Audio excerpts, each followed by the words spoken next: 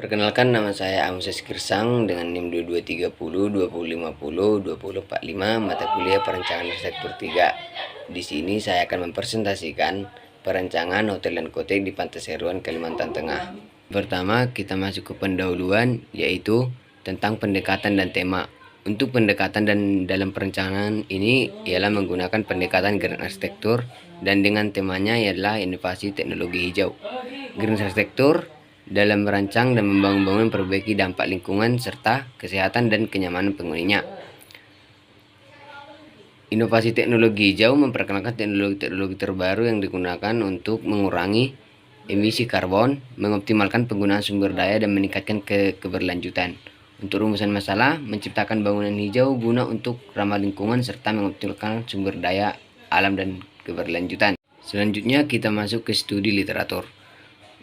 Yang pertama, hotel. Hotel adalah sebuah bangunan atau komplek bangunan yang menyediakan akomodasi atau tempat menginap untuk para tamu yang membayar, biasanya dalam jangka waktu yang singkat. Dan kemudian kotek adalah sebuah bangunan kecil yang terletak di depan pedesaan atau pesisir yang digunakan sebagai tempat tinggal sementara atau hiburan. Selanjutnya, studi presiden. Untuk studi presidennya yaitu Hotel Oasis Singapura, yaitu arsiteknya WOHA dengan luas 19.416 meter persegi pada tahun 2016.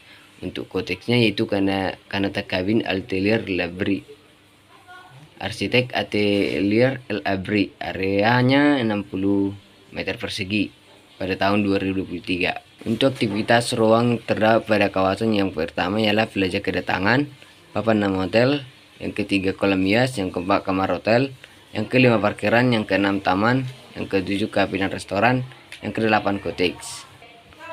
Kemudian untuk data existing, sirkulasi site dapat diakses melalui Jalan Simpang Kuala Pembuang. Lokasi site pantai Sungai Bakau yaitu luas 43.000 meter persegi. Topografi Seruyan Hilir Timur, Sungai Bakau, Kuala Pembuang, Seruyan Hilir, Kabupaten Seruyan, Kalimantan Tengah. Persyaratan tapak, fungsi sebagai kawasan wisata. Keistimewaan buatan, yang pertama drainase, kedua pondok pesantren, dermaga kecil, villa, parkiran, jaringan listrik, masjid, dan tempat teduh. Keistimewaan alam, memiliki vegetasi yang bagus, relatif datar, berada dari pinggir pantai, cukup jauh dari perkotaan. Berikut adalah tautan lingkungan pada kawasan tersebut. Untuk pada arah barat terdapat rumah warga sekitar, dan pada arah timur site terdapat sirkulasi arah area jalan dalam site. Selanjutnya, kondisi iklim. Yang pertama, matahari. Sungai Seruyan merupakan wilayah yang dekat dengan khatulistiwa sehingga mendapat sinar matahari yang cukup dan banyak dan intens sepanjang tahun.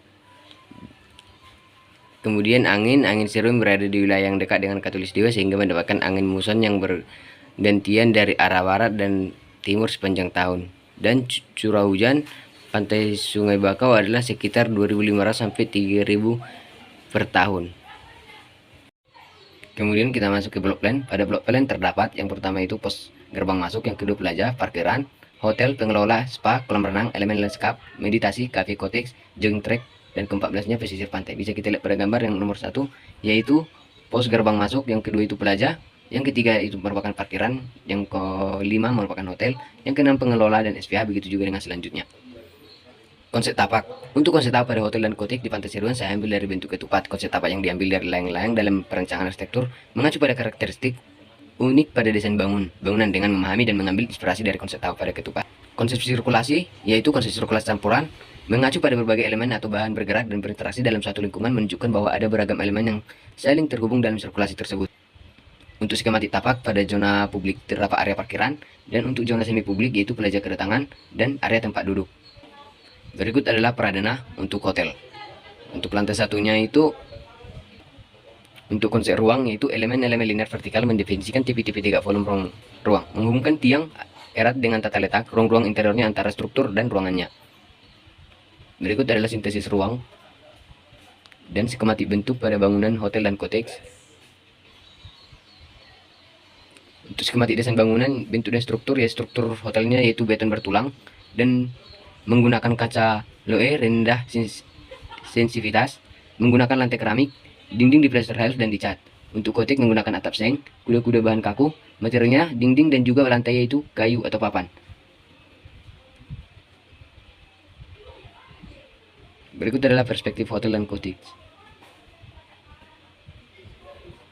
Konsep detail tapak.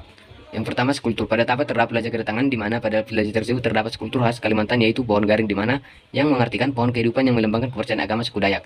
Tujuan dari saya membuatnya skulptur ini agar pengunjung wisata tempat pada tapak, wujud atau bentuk batang garing guna juga sebagai fungsi estetik.